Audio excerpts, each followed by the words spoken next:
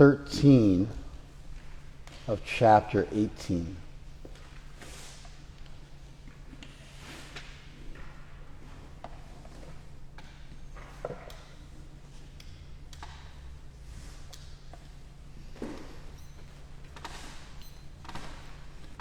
Verse 13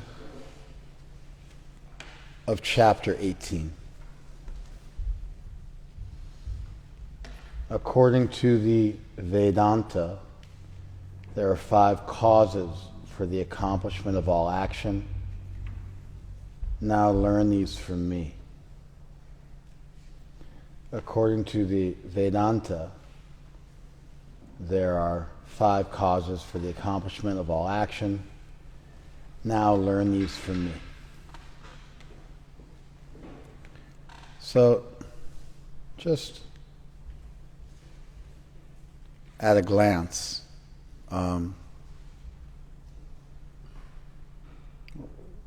what's Krishna doing here?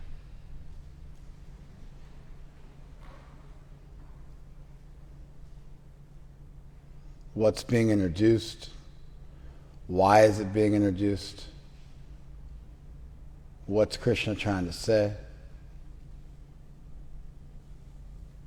You don't have to read beyond. I read it twice. I'm just asking you what the meaning of this sentence is. 2 sentences.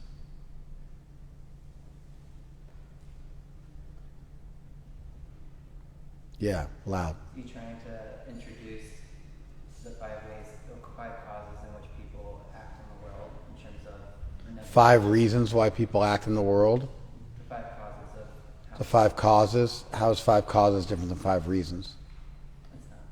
So then why did you correct me when I paraphrased what you said as reasons? Why did you change it back to causes? I second-guessed myself. Huh? I second-guessed myself. Okay, so 5 causes, 5 reasons why people act in this world, and? He just finished talking about renunciation, so perhaps he's connecting those 2 different types of renunciation within the world, even though it's material nature. You lost me. You lost yourself. You didn't make sense. It's okay. What else? He's referencing the Vedas. Okay, he's referencing the Vedas. All right, he's discussing 5 causes. Okay, they seem to be related to the renunciation, but we don't know how. Right? What else we got? 5 motivations behind why people do what they do. Okay, great. That's more or less just a real plain way of saying what Mason made unnecessarily complicated. All right, good. There's 5 reasons why people do what they do. It's in the Vedas, yeah? He's talking about action because just before this he was talking about whether or not you should be fully renounced and not take any action or renounce the fruit of your actions. Okay, And so therefore? that's why he's currently talking about actions and the 5 reasons for it. He just talked about renouncing all action or renouncing just the fruit of action, and now he's talking about the reasons for action. Why? So that we can know why taking action is better than being fully renounced. Okay, there's a theory. He's telling us the 5 reasons why you should act, because you should act. He's telling you not to be fully renounced, just to renounce the fruits of your action. And now he's telling you the 5 reasons why you should act. Did you follow that? That made sense. It's wrong, but at least your statement made sense, whereas your statement didn't even make sense. You follow? Anything else? Okay, good. That was our introduction. Force you to warm up. Hitan, how come you're not saying anything? You're like looking like you have something to say. Your mouth is ajar, but you don't say anything. Yeah, I was just thinking, he's kind of saying, now learn these from me. So to me, it sounds like it has been misunderstood. Okay, ni bodha me. Bodha is where you get, it's from the root bud, which means to be enlightened, like where you get the word Buddha from. So ni bodha me means, be enlightened. It's in the imperative case. It means be enlightened by me. Nibodhame. Be enlightened by me about these 5 things, indicating they're not self-evident. There's 5 of them. They're Sankhye Kritante. They're made clear in the Sankhya. It's the doctrine of the Sankhya, according to the Sankhya, which Prabhupada translates here as Vedanta. Krishna literally says, Sankhye Kritante Proktani. They are declared in the Sankhya literature. They are stated in the Sankhya literature. Praukta, they're stated in the Sankhya literature. Prabhupada says in Vedanta, Krishna literally says in the Sankhya, but Prabhupada, thinks that means in the Vedanta, okay? And there's 5 things. Be enlightened by me. And there are 5 causes for action. Karanani, the 5 causes. Sarvakaranam, there's 5 causes of all action. Karana means causes. Sarvakarmanam means all action. So there's 5 causes of all action. Learn these from me. They're in the Sankhya literature. There's 5 of them. Okay, that's the statement. What does it mean? Well, it means that when you look around the world and you see people doing a gazillion different things, instead of seeing unlimited different actions taken by unlimited different people with unlimited different motivations and tools and resources, what you should really see is there's 5 things going on. This is a super abstract theoretical framework for how to look at the nature of the world, but it is really simple. There's 5 things. What are the 5 things that are involved in an action? Well, in order to act, you have to have a body. Adhisthana. You have to have a place. Adhisthana means place, a place where you stand, a place where you sit, a seat. But everybody says adhisthana means body, and that's pretty common that adhisthana means body in the literature and philosophical literature. So in order to act in this world, you have to have a body. It's pretty obvious, right? All right, you got to have a body. Then what else do you need to have in this world?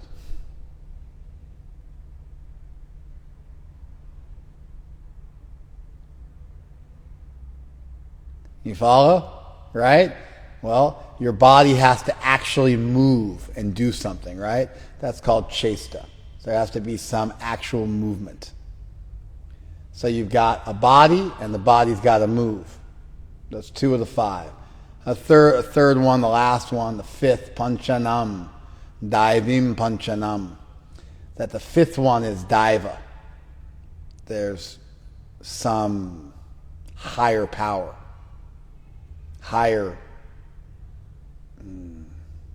permission. That everything is being governed by the law of karma, by God, and therefore you can't just act completely independently in this world because you are bound by some higher rules. And that leaves us with 2. Karanam, your senses, usually it's, and karta, the doer. So there's the body, there's the soul, who is the agent that operates the body. There are the moves that the soul makes with the body, and the senses that are used. Now, why is the body and the senses seen as 2 separate things? I don't know, just because. Could you say that the body includes the senses? Sure. Could you say that the senses imply the body? Sure. Can you have senses without a body? According to Sankhya, you can, but I don't really see how it would work out. I mean, maybe ghosts have senses without bodies, but I don't really see how it, I don't find it's ultra compelling that you have to have, that you can have senses without a body, or that you can have a body without senses. They seem to be just the very nature of every body. You see, even the body of an amoeba, there is some capacity in which that amoeba interacts with its surroundings, either to take in nutrients or to expel nutrients. There's no way to be in this world without some means of interfacing with the world. But, there's your body in total, and then there's your senses, which are way more involved in processing data. As a part of your body, they're way more involved with processing your data. For instance, you might say you got to have a car, right? And your car's got to have an engine. Does that make sense? You could say that. You could say you got to have a car and your car's got to have a working engine. You could choose to divide up the things involved in driving into a car and a working engine. You could also ask yourself, well, why not talk about the tires and the axle and all the other super important features of the vehicle? But somebody could say, well, I include all those. When I say a car, I mean all that stuff. And then when I say engine, I'm specifying that because it's kind of the heart of the car. It's where the propulsion comes from. You follow? Well, somebody could say, technically, the propulsion comes from the engine, but it's got to go through the axles. And so really the propulsion, like the axle is the most critical thing. If the axles aren't working, the car can't move forward. The transmission, the transmission is also another critical item that's involved in making the axles move and translating the forward momentum of the car to the axles. So there are different ways you could break up what's involved in a car, and everybody could make their argument. This is why I break up the car into the engine and the car, or the car and the transmission, or the car, the transmission, the engine, or every single part of it. Somebody could make various arguments, right? But when you say, when you're doing it, you get to do it the way you want to. So for the people in the Sankhya literature, in the Vedanta, here's how they broke it up. Does karma have to give you permission to act? Yes. If I want to kill Hitan because he doesn't speak up during class, just leaves his mouth ajar like he's trying to catch flies, and it's not Hitan's karma to die, do I have the power to overwhelm Hitan's karma with my desire to kill him? I don't. Like, I'll fire and I'll accidentally hit somebody else, or something will happen and I'll become distracted. The nature of karma is that you commit the crime to someone who deserves to have the crime committed. You get all the karma for having committed the crime, and the person who you did something to also had it coming, because if God let anything happen to you even when you didn't deserve it, God would not be all good. And if you say God could not stop it from happening, then God's not all-powerful. So an all-good, all-powerful God is consistent with a universe where everybody deserves what they get. It's a harsh worldview, but it's the only worldview which is consistent with an all-good, all-powerful deity. There is no way around it. There is no universe where you believe in an all-good, all-powerful deity where anything can happen to anybody and they don't deserve it. So that's the necessity of Daiva. Do you guys follow that? There's no way to get around it. Can you act in this world without a body? No. What about ghosts? They have a subtle body. And anyway, I don't feel obliged to hinge my argument on the ability to reconcile it with the existence of ghosts and spirits and goblins and stuff like that. So I'm just focused on like what's right in front of me, an average person with a scientific mind, a logical mind.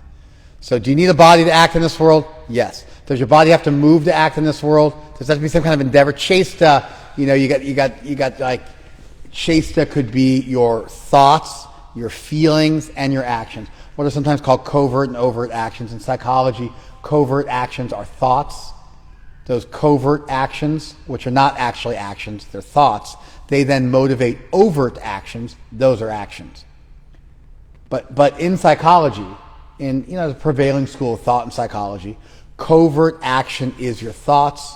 Overt action comes from covert actions. What you feel and think on the inside manifests on the outside. Not always. You can have a thought and not act on it. But if you do act on it, generally speaking, it's a covert action that then motivates an overt action. Of course, there's also accidental action that can take place without covert motivation. And that's why you have to have both overt and covert action to constitute a crime.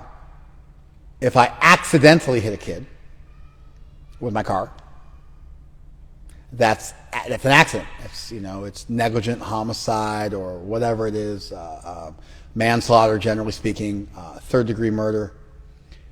It carries a much, much lower penalty. 5 to 7 years, I think, in prison is the standard in the state of California. Don't quote me on that.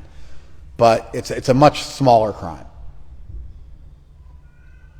It's an action, but it was unintentional. But you should have known better. Therefore, it's negligent homicide.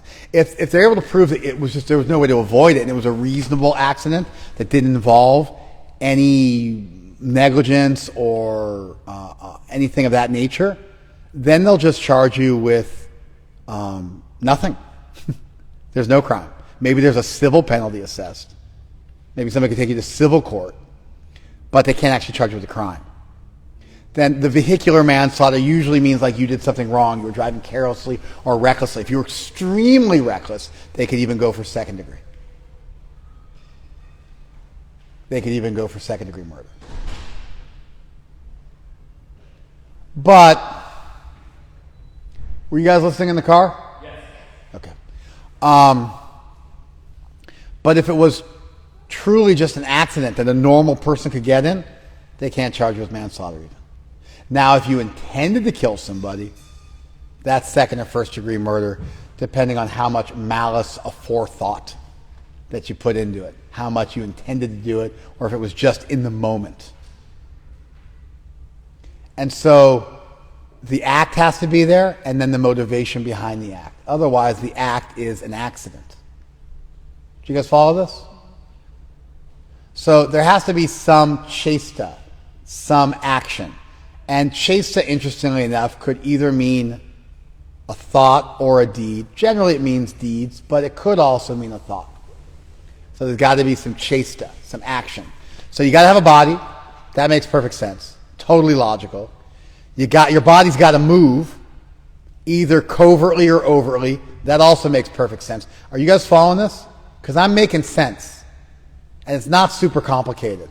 I think it's like high school level, like what's expected at a high school level. You got to be able to pay attention with that much focus to follow what I'm saying. I do not believe that these things are that philosophical. They're somewhat abstract. We are living in somewhat of a logical, philosophical world, but it's really not that complicated.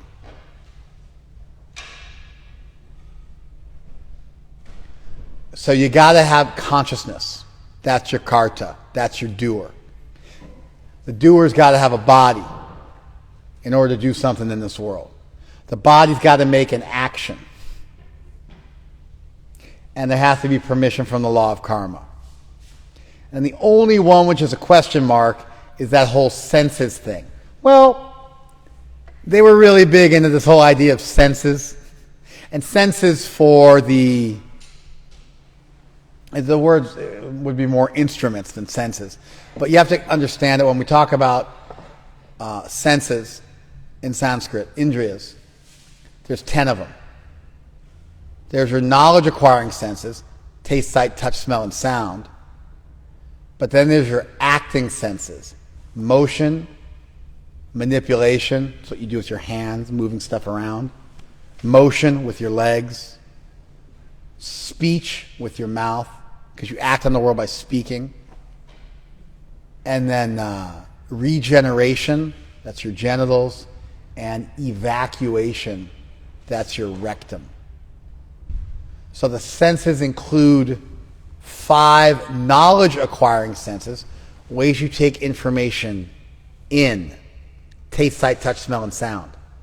But then you've also got 5 acting senses, what are called karmendriyas, 5 ways you act on the world. They're also called indriyas, senses. It's a different way of looking at the world. 5 ways I take information in, and 5 ways I put effort, like stuff out there. And what are my 5 working senses? My legs. A snake doesn't have legs. Its whole body is legs. You follow? So different, but there's locomotion. I can move. There's manipulation. I can move things around. Even ants have the ability to move grains of sand around. You follow? There's communication. on some level, some kind of communication. In our case, that's speech. Regeneration, totally required, even if it's just a cell splitting in half. And evacuation, the removal of waste. And actually, even if you look at a cellular level, I can't remember what the part of the cell is. There's like the mitochondria and this and that. I can't remember what the part of the cell is that actually evacuates waste, but there is a part of the cell that evacuates stuff. And so the cell is a permeable structure that's able to take nutrients in and also expel waste products. So when you look at it from that point of view, that these are 5 senses, within the body there's the way you actually act on things. You got to have a body. What's the body? It's a house for the senses. It's a skeleton that the senses can then meaningfully act within. Do you follow this? So you got a body and you got senses. Without the senses, you can't act. Then you have to actually do the action, and that has to be motivated by the individual, and that has to be permitted by the law of karma. And now you have your 5 essential basic features of all action. And this is a theoretical, philosophical way to look at the nature of action in the world, which then fosters the idea of realizing you don't just do stuff, but there's a bunch of gifts you have to have. There's a law of karma you got to follow, and you're really not alone in the world atheistically acting, but you're actually part of a much bigger picture than just yourself, and you as a conscious soul are just one part of action. You have to be gifted with a body and working senses. You have to actually make the act itself, and you have to be permitted by the laws of karma. What in this case is called daiva, from div, where you get the word divine from, some higher power. So how is this related to the previous section? Not the way you said. Not so that, I don't remember what you said, but it was wrong. I do remember that. But it's related in the sense of, if you want to act in this world in a detached way, which is what Krishna suggested, then by understanding that you're not just doing stuff, but you're part of something much bigger than yourself, it will help to foster some sense of detachment and renunciation pertaining to what goes on in your life. For instance, if you realize I'm not the body, then when the body gets old, you won't feel like you're getting old. I'm regularly surprised when I look in the mirror and see myself just getting older and older. I don't feel older and older. I feel young and energetic. I mean, whatever. It's the middle of winter, and so there's a little bit of like a hibernation syndrome. But despite that, because it's, just terribly cold at like 55 degrees at night, it's just like awful. But other than that, I feel vital. Prabhupada used to say, or Prabhupada said, he was at the bottom of some stairs at an airport, and he said, I feel like I can just run up them, but my body is old, it can't. But he felt internally like he should be able to just run up the stairs like he could when he was young, but he's old, so he can't do that anymore. I didn't understand that 20 years ago, even 10 years ago, even 5 years ago. But I'm starting to appreciate the point that Prabhupada was making. So if you understand I'm not the body, then as the body grows old in the mirror in front of you, and you see that you're getting older, you won't get so spun out. Because you realize I'm not the body. I'm part of something bigger. Like in the Navy SEALs, in the BUDS training. It's like the subject of so many documentary type shows. They show candidates who are trying out for the Navy SEALs. They undergo this basic underwater demolition something. School, thank you. BUDS. Basic underwater demolition school. It's not like they're blowing stuff up underwater. They make it sound like it's way cooler than it is. It sounds like you're like swimming, and like blowing stuff up underwater, but that's not actually what you're doing. You're just hanging out on the beach all day and getting hypothermia by standing in water, just like hanging out in like crappy surf all day, treading water. But one of the things they do is they make you pick up a 600-pound log. And there's like 8 guys, and they got to pick up a 600-pound log, which isn't that much weight. What is it, That's, averages out 8 guys, 600 pounds, like 70 pounds, 75 pounds per person. That's like not that big of a deal. But they'll make you hold it for an hour. And then all the guys are like at a different level of height. So if I lock out my arms, and I'm taller than some other guy who locks out his arms, then I got to lower my arms to be at his level. You follow? Otherwise, I lock out my arms, which makes it easier on me because my arms are locked out. That guy can't even contribute at all. You get it? Now maybe you can build a little sand hill for that guy so he can get up to the same level. I bet you they do that. I bet you that's one of the first things they do is kind of get some sand hills together to get them up to an equal level. I'm just thinking it through in my head. But what you see when these guys hold a log for like an hour is, 2 or 3 guys will drop off. They're just wasted because their shoulder strength is not sufficient to hold it up. Then the rest of the guys are holding way more weight. Then those guys will recover. They'll come back in. They'll jump back in, and they kind of go back and forth, whereas everybody just has to figure out how to get it done. And it becomes less about doing your fair share and more just about getting it done. And it teaches you teamwork. Do you follow this? And it teaches you that you're part of something bigger than yourself. And it breaks down the sense of individuality. And you become more like fundamentally a team. They take watches away from you. They don't let you wear whatever clothes you want to wear. They make you wake up and go to sleep, whenever they want you to. You have to bathe together. You have to eat together. This is part of any boot camp type training. Really what they're trying to do is they're trying to kill your individual sense of self and make you into an order-following robot. Why? Because order-following robots are really good for war. You need people who you can say, point in that direction and say, go shoot them. And there's a high likelihood they're going to die. And they just go and do what they're told without questioning. You need that level of obedience in the military. Otherwise, a military unit where you have to order people to their death doesn't work. There's a famous charge of the Light Brigade. You guys ever heard of it? Of course you haven't, except for Narayan. The charge of the Light Brigade.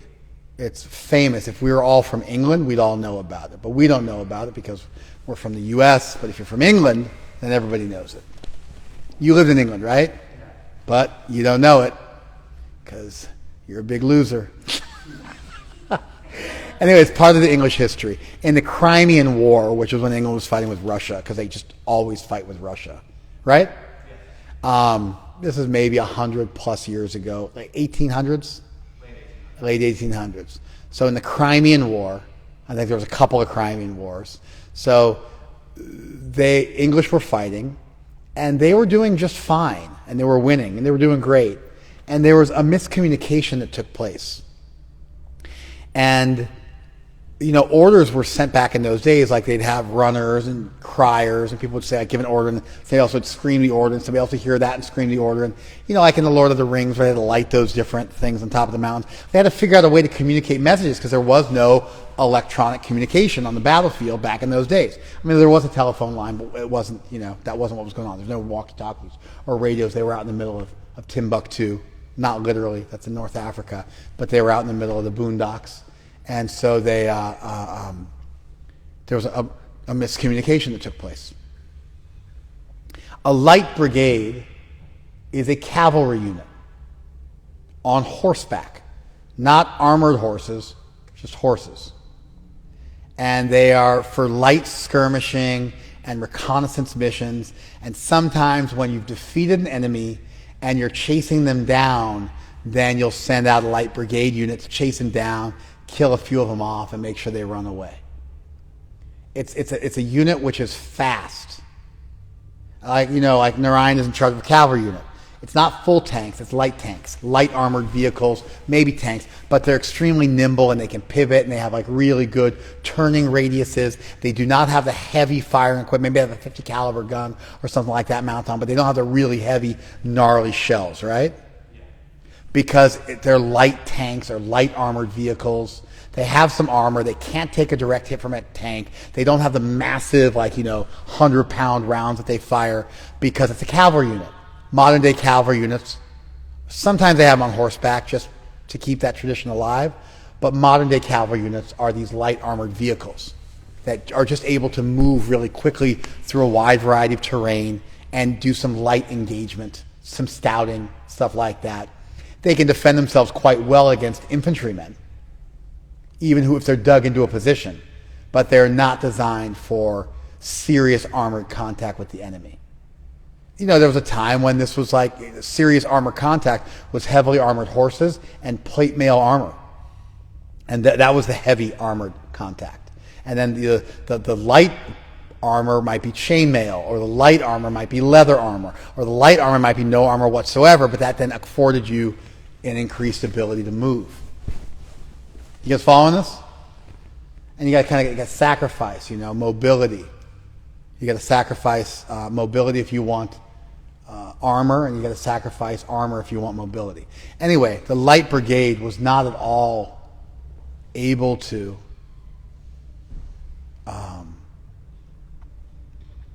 deal with a really heavy offensive or defensive dug-in position from the enemy. They weren't designed for that. They weren't bunker breakers. They weren't trench breakers. They didn't have that capacity. They were light skirmish, light engagement, usually when the enemy's on the retreat. Have you ever seen those long sabers that the military guys have in the cavalry? A friend of mine's dad was in the grandpa was in the cavalry, had a big long saber. And the way you kill people with the sabers, you actually drive past them on your horse. And then you just go like this, because the saber's so heavy, you can't actually swing it and fight. It's not like a cutlass or something like that, or a saber like this. It's really heavy and really top heavy. So you kind of just drive past and just like this. And then the enemy's on the ground below you, and there's just like this heavy, gnarly sledgehammer with a blade on it that comes down and cuts them down as you drive past them. It's an art form, how to, cut people down who are just like right alongside you that you've just driven past really close, and you just kind of cut them with a downward stroke of your blade. So anyway, these guys were those soldiers. And they were ordered to drive into battle. Accidentally, it was a mistake. It was an accident. It was a mistake, because the Russians were dug in on two sides of a mountain in a valley, and they were dug in at the end of the mountain. They were fully entrenched on three sides. So they came driving into the valley, and there were Russians on either side with high ground firing down into them. You follow? And then there was also Russians here, fully dug into a position. So they were marching into a kill box where they were going to be slaughtered from all three sides by a heavily armored, entrenched enemy that was ready for a serious battle that would have taken a much longer and a much more protracted, slow, methodical battle. And the British were capable of doing it because they were winning that day. They just ordered the wrong guys in. But the light infantry, about 500 men, I believe that was the number, 400 or 500 men. They got the order. It was a brigade. I believe a brigade is around 300 to 500 men. There's different sizes, there's squads and brigades and platoons and like that. So I believe the brigade was around 500 guys. And they just went without questioning. And they just drove into battle on their horses. 200 of them died before they were called back, which is really like serious losses in the little tiny engagement they had. So they lost 40 to 60% of their ranks. I can't remember what it was. So it was 300 to 500 guys. They lost 200 of them. I believe it was 500. They lost 200. A lot more were injured. 200 straight died. And it was one of the, it's like famous in England. Number one, super heavy casualties in a really short battle. Brutal loss for the British. But the real reason it lives on in the minds of all Englishmen is it showed just the absolute fearlessness of the soldiers. They were essentially ordered to walk into slaughter, and without hesitation, before they could even retract the order, they just drove right into the face of the enemy, facing certain death. There's a heavy metal band called Iron Maiden. They have a song called The Trooper. The song The Trooper is about the charge of the Light Brigade. That's how well known it is. Everybody from England knows about it. And there's a poem about it. I can't remember who wrote the poem, but like some big English poet wrote a poem about it. It might have been Kipling, but one of those guys. And it's like it's like the essence of British stoicism from that period of time, where the British soldiers were just absolutely fearless and willing to follow orders, even when they were being ordered into certain death. You need to be able to do that with your military. You can't have people getting worried about a hangnail or this or that. They have to just be able to go where they're told to go. So they try to break you down in boot camp, and they try to turn you into a team instead of an individual. So that if you listen to the chants while they march, they're super macabre. They're super macabre. It's also like chain gangs have the same kind of thing. Really just morose, macabre, negative chants. And so, it's like, I joined the army. Uncle Sam gave me a gun. Now I'm marching out to battle. Tell my mom I died for Uncle Sam. Like that's like 18-year-old boys are singing tell my parents I died for a good cause. Like that's what as they're in basic training, they're just repeating that over and over and over again to try to just seriously indoctrinate into their minds that that's an acceptable life. That you're going to die at the age of 18. Your parents are going to get a letter and your dog tags in the mail. So there's some desensitization that we try to accomplish in the military. Anytime you're trying to create a group dynamic, you have to start getting people to think like a group and stop thinking like an individual. And then you can make moves. Now, is that indoctrination? Yes. Can a lot of bad come from that? Absolutely. Is it also necessary for there to be real, serious cohesion in a group? Yes. Yeah. You get this with coaches and their athletes. The coach has to be able to tell the athlete what to do while they're in the middle of scrum, and the athlete just does what they're told without even really questioning it. Sometimes you see athletes who start to question their coaches during the actual fight. They don't fare well. The athletes who do well just do whatever they're told. The famous example of this is Floyd Mayweather Jr., who was trained by his abusive, criminal, felon father, Floyd Mayweather Sr., and Floyd Mayweather Jr. is the greatest boxer probably in the history of the sport, ever. Especially if you consider boxing to be the art of hitting without getting hit. If you consider boxing to be the art of hitting without getting hit, then Floyd Mayweather Jr. is most probably the greatest boxer that's ever existed in the history of the world.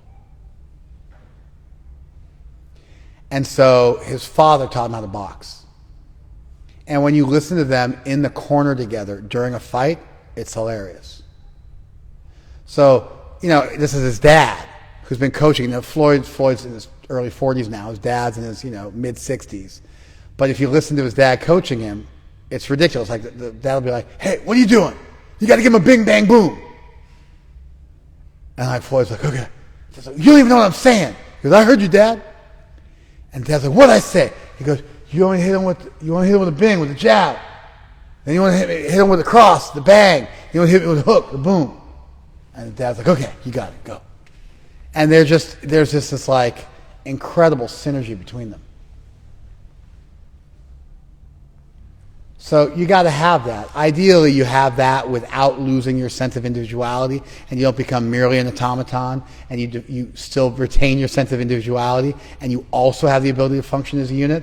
But to some extent, you have to give up worrying about your family and this and that, and your life outside, because if you're being asked to go to death on the battlefield, you have to just do that and give up your wife and kids and mother and father back home for the sake of the guy standing next to you.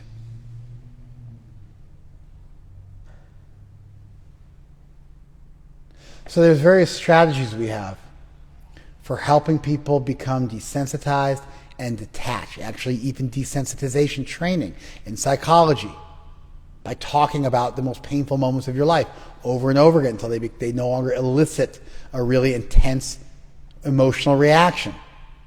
This kind of stuff is incredibly valuable in a therapeutic setting. And so really what's happening here is there is some attempt to desensitize us a little bit towards feeling like everything we do is us and all resting on us. And we're trying to see that we're part of something bigger than ourselves, and we're a link in a chain, and we're a part of something bigger that creates a little bit of detachment from the comings and goings of this world, so that you can be in this body but not be of it, so that you can grow old gracefully, so that you can act without becoming too implicated, too enmeshed in the reactions to your action, so you can stop being such a control freak, so you can stop thinking it all rests on you, and stop being such a functional atheist who lives in a world where they think everything depends on them.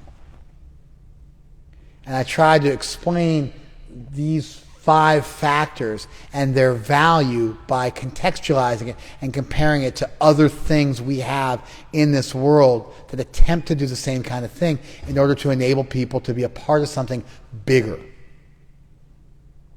you follow this? And you think Charge of Light Brigade is a big deal. It used to be when you were storming a castle. It used to be that the entire first, second, third wave of a military force would just be obliterated. And when storming a castle, you would literally have to pile the dead of your army up sufficiently so you could climb on them and then get over the walls. And there was just, it was more like 90% death rate for those first few salvos and shots across the bow, especially when you're dealing with infantry troops, right? It was just utter destruction, near 100% death rate. So you're on that front line, and you're pawns, you're cannon fodder.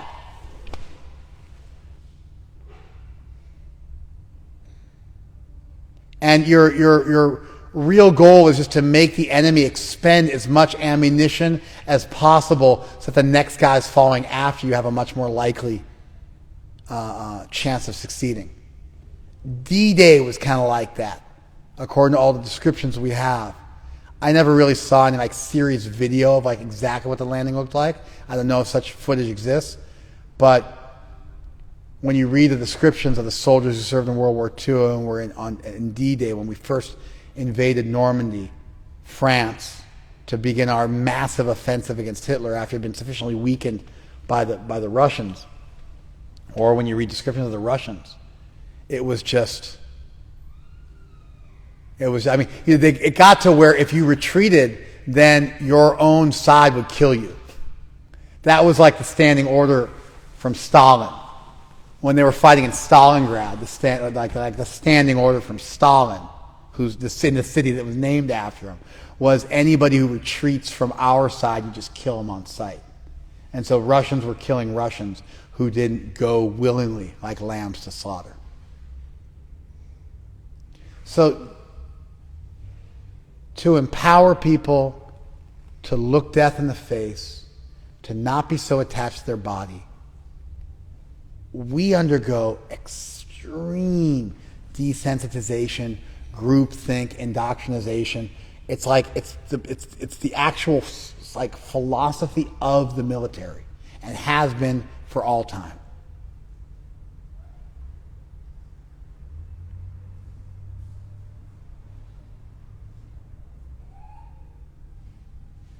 So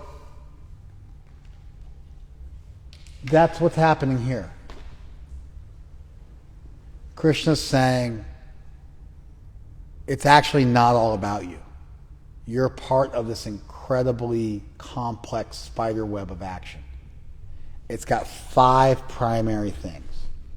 There's you, with all your desires. Got to have a body. Did you earn your body? Kind of. Your body's got to have senses capable of interfacing with the world. Could you argue that body implies senses? You could, but I think I've tried to make a strong argument why it's worth considering senses as their own separate element, even though it's a part of the body. Do you guys follow this? Number 4, you got to make your move. Just having a desire as the actor isn't enough. You got to also make your move, the action. And finally, it's got to be providentially arranged. It's got to be your karma. You may do exactly the same amount of effort as somebody else and not succeed. You may have it all figured out but not move. You follow? You may want to do it, but you don't have like the body to do it. You don't have the strength to do it. The sensual power to do it. These 5 things. And the effect of this understanding, it's supposed to communicate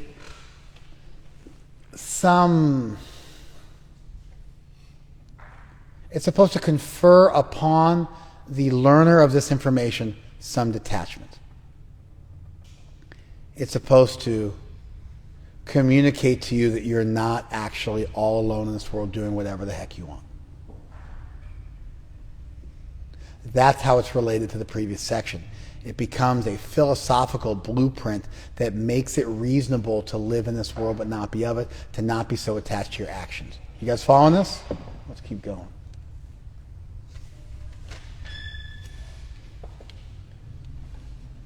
The place of action, adhishtanam, the body. The performer, karta. The various senses, karanam. The many different kinds of endeavor, pritag chesta. Pritag vidam karanam, the various types of senses. Pritag chesta, the various vivida, the many various endeavors.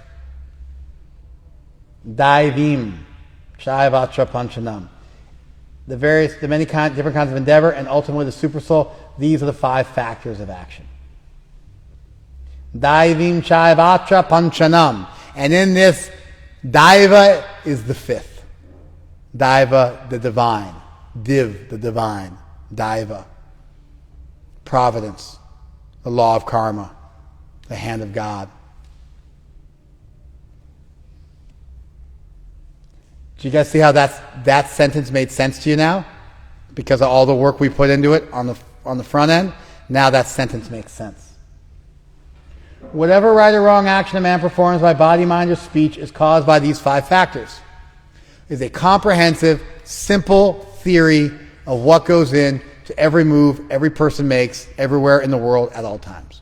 It would include plant life, it would include animal life, it would include everything. All moves made by all sentient beings are included in this. Do you guys follow that? Therefore, one who thinks himself the only doer, not considering the 5 factors, is certainly not very intelligent and cannot see things as they are. That tells you what Krishna is trying to get from you and confer to you as a result of teaching this. You follow? Remember how I said it was meant to confer this detachment to you? There's Krishna saying, that's my purpose in teaching this to you. And so, tatraiva sati kartaram atmanam kevalam tu yaha pashyati. One who sees only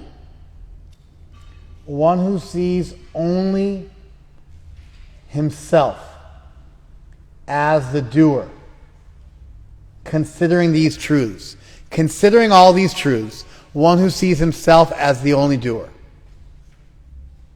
Akrita buddhitvam. Remember I said nibodha me? Be enlightened in this from me, from Buddha. So here's akrita buddhitvam. That person's intelligence is not very refined. If you see it that you're the only doer. Nasa pashyati durmati. Such a foolish person does not actually see. If you see it like this, you don't actually see. If you see it like this, your intelligence isn't very developed. Such a foolish person doesn't actually see.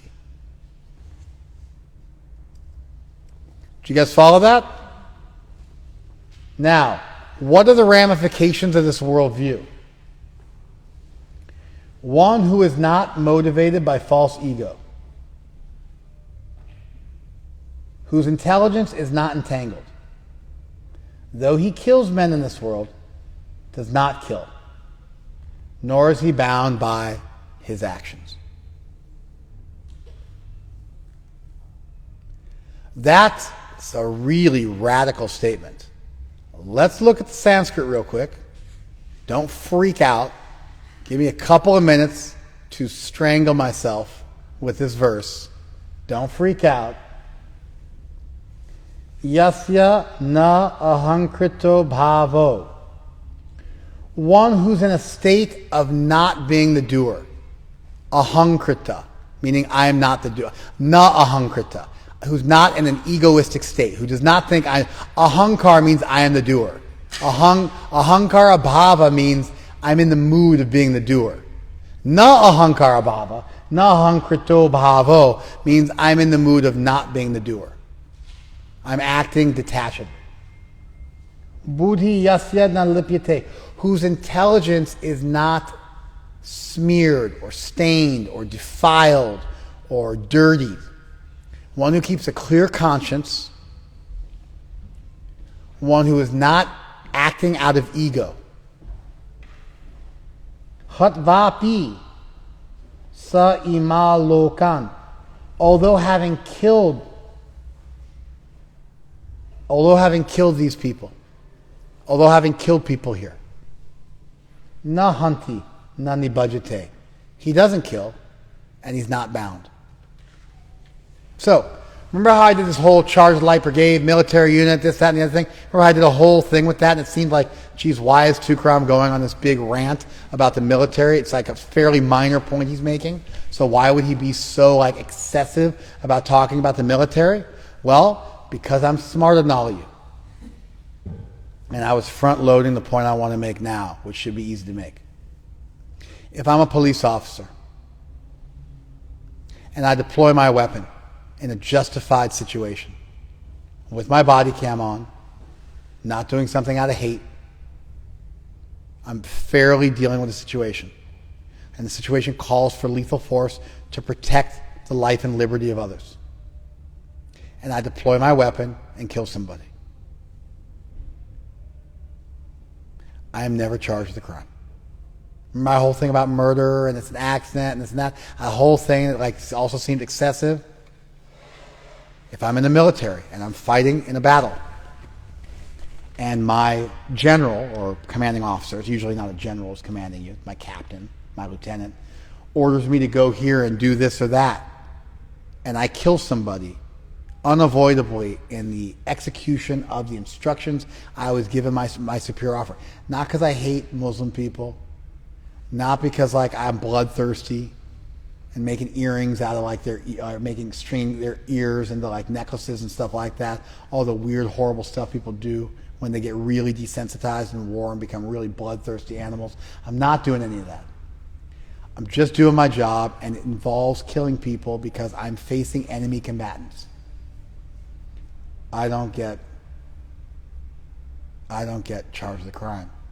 Rather, they make movies about me and give me all sorts of iron crosses and medals of honor and whatever. You follow? I guess the Iron Cross is a German, so maybe skip the Iron Cross. But they give me medals of valor and such, whatever those medals might be in the military force that I'm a part of.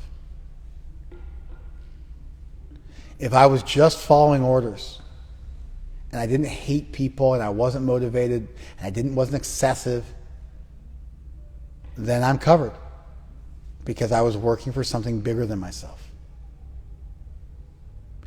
Krishna was talking to Arjuna on a battlefield. So this was directly relevant to Arjuna. Does this work on a battlefield? Is there a possibility of a holy war? Sure. Let's imagine Hitler wanted to take over the world, and he wanted to, do the whole Third Reich and 1,000-year reign and exterminate the Jews and that whole thing, and the gypsies, Romani people, and all that. Let's say you want to do that. Should the world rise up against that and stop that from happening? Of course they should. Should we stop the slave trade? Sure we should.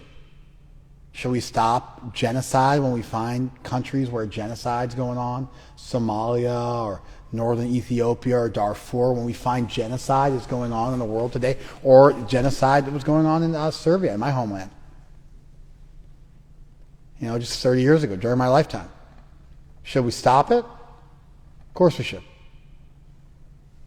We believe in killing people who are engaged in a wanton way, destroying the life and liberty of others. 100%. That's what the UN does. And we call such people peacekeeping troops. And we send them there, and their job is to kill the enemy in the name of, a bigger sense of peace. None of us are going to be in that position, hopefully, in our lifetime. But we do sometimes have to step up, take action, be a part of something. It's not always clean. It's not always pretty. Sometimes we got to get our hands dirty. Sometimes it's like if we sat back and analyzed it, we could find some fault in anything you might be doing in the world. But sometimes you got to know what your duty is and do your duty and be a part of something bigger than yourself. That's what's being described here. It also works in terms of killing people. If you are not egotistical, not filled with hate, it's not about you, you're just following orders, right? Then your intelligence and your resolve and your mental state is actually not destroyed by doing your duty. And even if you kill somebody, we don't call it a crime. In fact, we might call it valorous. Forget it being an accident, like when you run somebody over accidentally with a car and it's no fault of your own, it was just an accident. We actually glorify people in such a circumstance. He did his duty. Like there was a guy, we'll finish with this just because there was a guy, he had a farm in Texas, and some guy molested his daughter, who was like 3 years old, in a very, very severe way.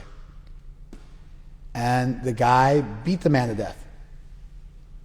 And the police came out and recovered the body, and the daughter had signs of abuse on her. And there was witnesses. The guy that abused the kid, and the father flew into a rage and beat the guy to death.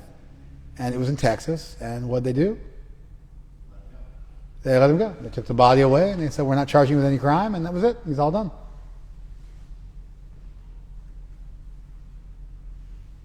Somebody's murdering somebody or raping somebody, and you stop them, and somebody's killing. A bunch of people in Las Vegas. They opened up fire on a bunch of people in Las Vegas from the Wynn Hotel or whatever hotel they were at in that concert. And there's 50 people, 75 people they're killing, whatever. And then somebody goes and takes a gun and shoots that person.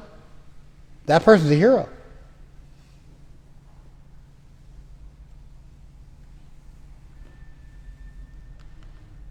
Krishna's verse stands. It's especially true for Arjuna. And in the way it's going to manifest in our life, it's a lot different. But it's just a very simple point. We have to create some detachment so that we can move in this world without getting so enmeshed in the results and the what about, what ifs, and the what that's, so we get paralyzed, or we get too attached, or we become control freaks, or become obsessive, or we get paralyzed with fear, or this or that, the other thing. There has to be some detachment. It's part of the game. Thank you very much, IGTV.